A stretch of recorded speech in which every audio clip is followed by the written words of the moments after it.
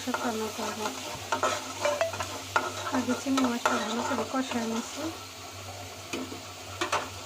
এখন কষানো শেষ, আলু আর শাকগুলো দিয়ে দিই।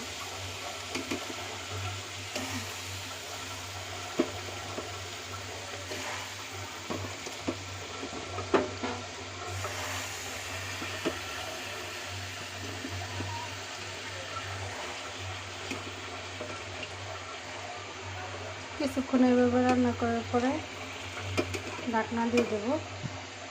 আর বেশিক্ষণ ঢাকনা দিয়ে রাখলে কিন্তু শাকের কালারটা নষ্ট হয়ে যায়, তখন আর খাইতে ভালো লাগে না।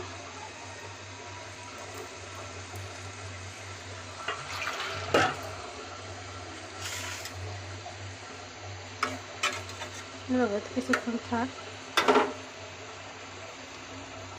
শাকটা একটু লাড়া দিয়ে দেবো।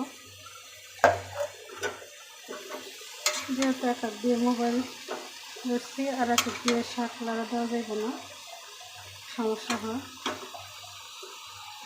শাকটা আমি নাড়া দিলে শাকটা আমার নাড়া দেওয়া শেষ। আমি একটু ঝোল দিয়ে দেবো, তারপরে এভাবেই সেদ্ধ না হওয়া পর্যন্ত রান্না করতে হবে।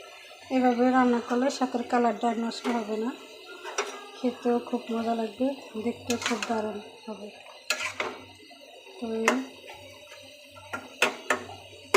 আমি শাক রান্না করি সবসময়, এখানে একটু জল দিয়ে দেবো।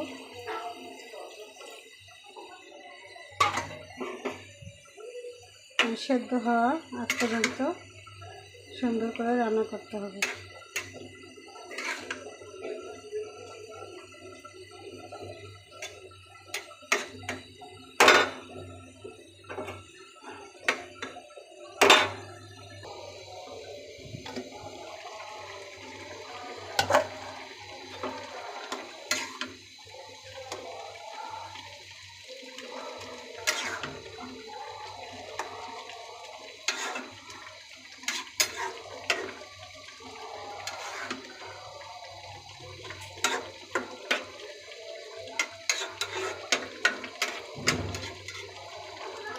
শেষ। এভাবে শাক রান্না করলে শাকটা মজা হবে।